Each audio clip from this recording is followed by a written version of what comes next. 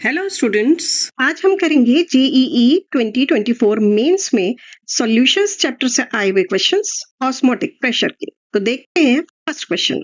The osmotic pressure of a dilute solution is at 7 into 10 to the power 5 pascals at 273 Kelvin. Osmotic pressure of the same solution at 283 Kelvin is 10 to the power 4 Newton's per metre square की terms में answer देना है। अब इस question में osmotic pressure given है एक dilute solution का 7 into 10 to the power 5 pascals 273 kelvin पर। ऑस्मोटिक प्रेशर बताना है सेम सॉल्यूशन का 283 केल्विन पर 10 to the power 4 Newton's per metre square की टर्म्स में। गिवन ऑस्मोटिक प्रेशर पास्कल्स में है और जो ऑस्मोटिक प्रेशर आपको बताना है वो न्यूटन्स पर मीटर स्क्वायर में है। पास्कल्स क्योंकि एसआई यूनिट है प्रेशर का, 1 pascal equal to 1 Newton's per metre square होता है। तो जो आपका आंसर पास्कल्स में आएगा वही value newtons per metre square में होगी। ऑस्मोटिक प्रेशर के लिए फॉर्मूला होता है pi equal to C R T. यहाँ पाई है osmotic pressure, C concentration of the solution, R gas constant और टी है टेम्परेचर इन केल्विन।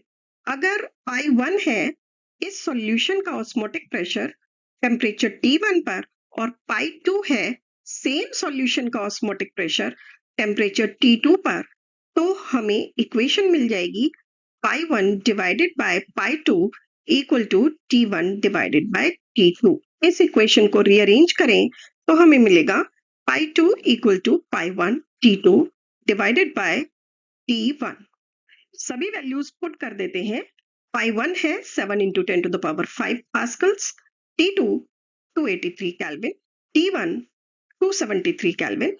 कैलकुलेट करें तो वैल्यू मिलेगी 72.56 into 10 to the power 4 Pascal's और वो बराबर होगी न्यूटन्स पर मीटर स्क्वायर के भी।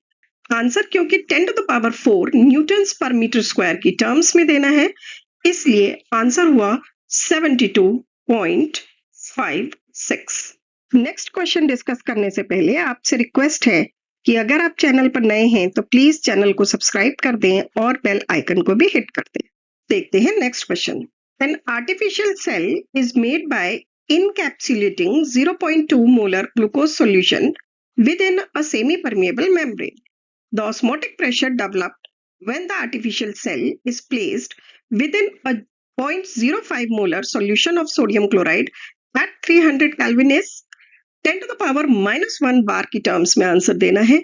नियरेस्ट इंटीजर पर आंसर देना है। Given R equal to 0.083 litres bar per mole per kelvin. Assume complete dissociation of sodium chloride. अब इस क्वेश्चन में एक आर्टिफिशियल सेल डेवलप किया जाता है एक सेमी परमेएबल मेम्ब्रेन से बने कैप्सूल के अंदर 0.2 मोलर सॉल्यूशन ग्लूकोज फिल करके। इस कैप्सूल को रख देते हैं एक और सोडियम क्लोराइड के सॉल्यूशन के अंदर।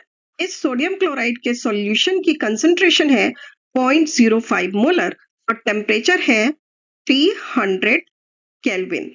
जो ऑस्मोटिक प्रेशर डेवलप होगा वो बताना है 10 to the power -1 बार की टर्म्स में और सोडियम क्लोराइड का कंप्लीट डिसोसिएशन एज्यूम करना है। इस क्वेश्चन में दिए गए डेटा के अकॉर्डिंग ये पिक्चर ड्रॉ कर लेते हैं। यहाँ पर है एक 0.05 मोलर सोडियम क्लोराइड सॉल्यूशन और उसके अंदर ये हमने एक कैप्सूल रखा जो सेमी परमेएबल मेम्ब्रेन से बना हुआ है और उसके अंदर भरा हुआ है 0.2 मोलर ग्लूकोज सॉल्यूशन। अब यहाँ पर जो ऑस्मोटिक प्रेशर डेवलप होगा वो कैलकुलेट करना है सोडियम क्लोराइड का कंप्लीट डिसोसिएशन एज्यूम करते हुए। तो सोडियम क्लोराइड के डिसोसिएशन के लिए पहले एक इक्वेशन लिख लेते हैं। सोडियम क्लोराइड डिसोसिएट होगा दो पार्टिकल्स में Na+ और Cl-। अगर सोडियम क्लोराइड की इनिशियल कंसंट्रेशन थी 0.05 मोलर तो कंप्लीट डिसोसिएशन पर 0.05 मोलर Na+ और 0.05 मोलर Cl- बनेंगे। Total concentration dissociated sodium chloride की, जिसको कि हम C1 एज्यूम कर रहे हैं, वो हो जाएगी 0.05 + 0.05 equal to 0.1 molar. Glucose solution की टोटल कंसंट्रेशन को हमने C2 से एज्यूम किया है, और वो क्योंकि डिसोसिएट या एसोसिएट नहीं होगा, तो उसकी कंसंट्रेशन वही रहेगी जो क्वेश्चन में गिवन है, 0.2 मोलर। ऑस्मोटिक प्रेशर के लिए फॉर्मूला होता है CRT, जहां C है कंसंट्रेशन, R गैस कांस्टेंट और T टेम्परेचर इन केल्विन। तो pi2 will be equal to C2 RT और pi1 will be equal to C1 RT, जहां pi2 और pi1 है osmotic pressures of two solutions with concentration C2 and C1।